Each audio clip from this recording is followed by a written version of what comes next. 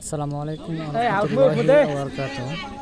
দর্শকবৃন্দ, আজকে আপনাদেরকে দেখাবো জারওয়ান হাইব্রিড ঘাস কীভাবে লাগাতে হয়। সঠিক নিয়মে না লাগানোর কারণে অনেক কাটিং মিস হয়। তো প্রথমে আমাদের কাজ হচ্ছে কাটিংগুলো সংগ্রহ করতে হবে। এই জন্য আমরা জমিতে এসেছি।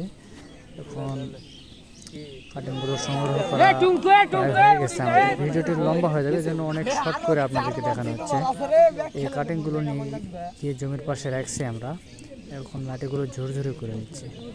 মাটি যত ঝুরঝুরে হবে জার্মিনেশন পরিমাণ তত বেশি হবে। সুতরাং আমাদেরকে অবশ্যই লক্ষ্য রাখতে হবে মাটি যেন অত্যন্ত ঝুরঝুরে হবে। এরপর আমাদের কাজ হচ্ছে প্রায় 1.5 থেকে 2 ইঞ্চি গভীর করে ড্রেন বা নালা তৈরি করে নিতে হবে, যার মধ্যে কাটিংগুলো বসায় দিতে হবে। তো আমরা দিচ্ছি, প্রত্যেকটা কাজ আমরা সরাসরি আপনাদেরকে দেখানোর চেষ্টা করতেছি। তো আমরা কাটিংগুলো বসায় দিলাম ড্রেনের মাঝখানে। এখন আমাদেরকে মাটি দিয়ে, হালকা করে মাটি দিয়ে এই কাটিংগুলো ঢেকে দিতে হবে, যাতে করে কাটিংগুলোতে তেমন রোদ না পড়ে এবং শেকড় ছাড়ার মতো পর্যাপ্ত মাটি পায়।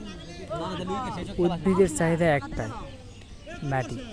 তো অবশ্যই মাটিকে এমনভাবে পরিচর্যা করতে হবে যাতে জার্মিনেশনের জন্য কোনো ধরনের ঝামেলা পোহাতে না হয়।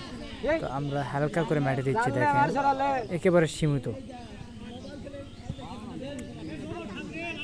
তো কয়েকদিন পর আমরা আসলাম যে জার্মিনেশন কীরকম হয়েছে। মাশাআল্লাহ, অল্প সময়ের মধ্যে বেশ সুন্দর জার্মিনেশন হয়েছে।